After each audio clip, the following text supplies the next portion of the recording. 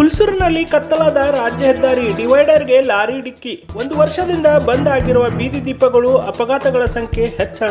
ತಕ್ಷಣ ದುರಸ್ತಿಗೆ ಸಾರ್ವಜನಿಕರ ಆಗ್ರಹ. ಹುಲ್ಸೂರು ಪಟ್ಟಣದ ರಾಜ್ಯ ಹೆದ್ದಾರಿಯ ಮಧ್ಯಭಾಗದಲ್ಲಿರುವ ಡಿವೈಡರ್ನ ಬೀದಿ ದೀಪಗಳು ಕಳೆದ 1 ವರ್ಷದಿಂದ ಕಾರ್ಯನಿರ್ವಹಿಸದೇ ಇರುವ ಪರಿಣಾಮ ಮುಖ್ಯ ರಸ್ತೆ ರಾತ್ರಿ ಹಾಗೂ ನಸುಕಿನ ವೇಳೆ ಕತ್ತಲಿನಿಂದ ಕೂಡಿದ್ದು ವಾಹನ ಸವಾರಿಗೆ ಅಪಾಯ ಎದುರಾಗಿದೆ. ರವಿವಾರ ನಸುಕಿನ ಜಾವ ಡಿವೈಡರ್ ಕಾಣದೆ ಲಾರಿಯೊಂದು ಡಿವೈಡರ್ಗೆ ಡಿಕ್ಕಿ ಹೊಡೆದು ಅಪಘಾತ ಸಂಭವಿಸಿದೆ.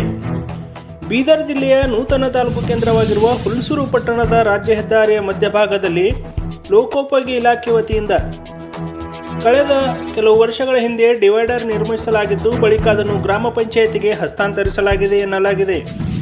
ಡಿವೈಡರ್ನಲ್ಲಿ ಅಳವಡಿಸಿರುವ ಬೀದಿ ದೀಪಗಳು ಕಳೆದ 1 ವರ್ಷದಿಂದ ಸ್ಥಗಿತಗೊಂಡಿದ್ದು, ಮುಖ್ಯ ರಸ್ತೆಯಲ್ಲಿ ರಾತ್ರಿ ವೇಳೆ ಕತ್ತಲು ಆವರಿಸುತ್ತಿದೆ.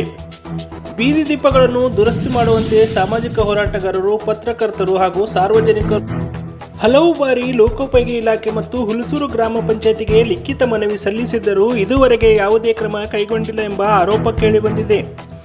ಬೆಳಕಿನ ಕೊರತೆಯಿಂದಾಗಿ ಡಿವೈಡರ್ಗಳು ವಾಹನ ಸವಾರರಿಗೆ ಸರಿಯಾಗಿ ಕಾಣದೆ ಕಳೆದ ಕೆಲ ದಿನಗಳಲ್ಲಿ ವಾಹನಗಳು ಡಿವೈಡರ್ಗೆ ಡಿಕ್ಕಿ ಹೊಡೆದು ಅಪಘಾತಗಳು ಸಂಭವಿಸಿವೆ ಎಂದು ಸಾರ್ವಜನಿಕರು ತಿಳಿಸಿದ್ದಾರೆ.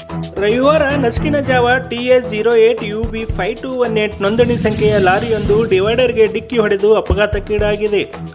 ಅಪಘಾತಕ್ಕೀಡಾದ ಲಾರಿ ಬೆಳಗ್ಗೆಯಿಂದಲೂ ರಸ್ತೆ ಮಧ್ಯದಲ್ಲಿ ನಿಂತಿದ್ದರಿಂದ ಇತರ ವಾಹನಗಳ ಸಂಚಾರಕ್ಕೂ ಅಡಚಣೆ ಉಂಟಾಯಿತು.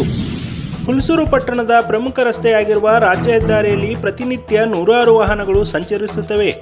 ಹೀಗಾಗಿ ಡಿವೈಡರ್ನ ಬೀದಿ ದೀಪಗಳನ್ನು ಕೂಡಲೇ ದುರಸ್ತಿಗೊಳಿಸಿ ರಾತ್ರಿ ವೇಳೆ ವಾಹನ ಸವಾರರಿಗೆ ಸುರಕ್ಷಿತ ಸಂಚಾರಕ್ಕೆ ಅನುವು ಮಾಡಿಕೊಡಬೇಕೆಂದು ಸಾರ್ವಜನಿಕರು ಆಗ್ರಹಿಸಿದ್ದಾರೆ. ಬೀದಿ ದೀಪಗಳ ದುರಸ್ತಿಗೆ ಕೂಡಲೇ ಕ್ರಮ ಕೈಗೊಳ್ಳದಿದ್ದರೆ ಹುಲ್ಸೂರು ಗ್ರಾಮ ಪಂಚಾಯಿತಿಗೆ ಮುತ್ತಿಗೆ ಹಾಕಿ ಪ್ರತಿಭಟನೆ ನಡೆಸುವುದಾಗಿ ಸಾರ್ವಜನಿಕರು ಎಚ್ಚರಿಕೆ ನೀಡಿದ್ದಾರೆ. ಅದೇ ರೀತಿ ಅಪಘಾತಗಳು ಮರುಕಳಿಸದಂತೆ ಪೊಲೀಸ್ ಇಲಾಖೆ ಕೂಡ ಸ್ಥಳಕ್ಕೆ ಭೇಟಿ ನೀಡಿ ಪರಿಶೀಲನೆ ನಡೆಸಬೇಕು. ವಾಹನ ಸವಾರರಿಗೆ ಮುನ್ನೆಚ್ಚರಿಕೆ ನೀಡುವ ಸೂಚನಾ ಫಲಕಗಳನ್ನು ಅಳವಡಿಸುವುದು ಸೇರಿದಂತೆ ಅಗತ್ಯ ಸುರಕ್ಷತಾ ಕ್ರಮಗಳನ್ನು ಕೈಗೊಳ್ಳಬೇಕು ಎಂದು ಸಾರ್ವಜನಿಕರು ಒತ್ತಾಯಿಸಿದ್ದಾರೆ.